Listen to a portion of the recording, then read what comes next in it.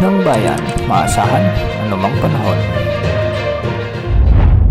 Magandang gabi po sa ating lahat. Narito ang update sa lagay ng panahon ngayong linggo, April 21, 2024 hanggang bukas April 22, 2024.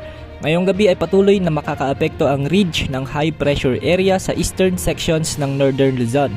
Samantala patuloy namang maumiiral ang easterlies sa Visayas at Mindanao na siyang magdadala ng maligsangang panahon sa maraming lugar, ngunit minsan ay may mga dalang kaulapan at mahihinang mga pag-ulan.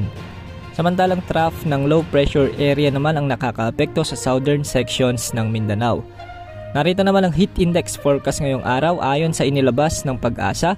Posibleng pumalo sa 44 degrees Celsius ang pinakamataas na heat index ngayong araw sa may Dagupan City, Pangasinan at sa may Aborlan, Palawan.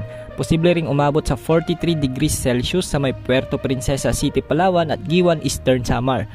42 degrees Celsius naman sa may Bacnotan, La Union, Apari, Cagayan, Tuguegarao City, Cagayan, Romblon, Iloilo City, Dumangas, Iloilo at Catarmar, Northern Samar.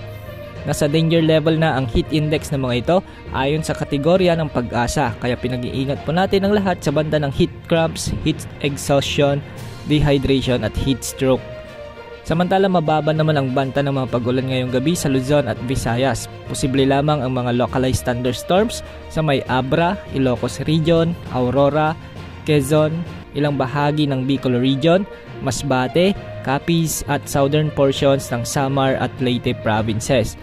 Sa Mindanao ay asahan ng maulap na kalangitan na minsan ay may mga malalakas na buhos ng ulan dahil sa extension o trough ng low pressure area na nasa katimugang bahagi ng rehiyon. Apektado ng trough ng low pressure area ang halos buong Mindanao, kaya pinag-iingat po natin ang ating mga kababayan sa banta ng mga biglang pagbaha at landslides. Hindi naman inaasang lalakas ang nasabing LPA bilang bagyo.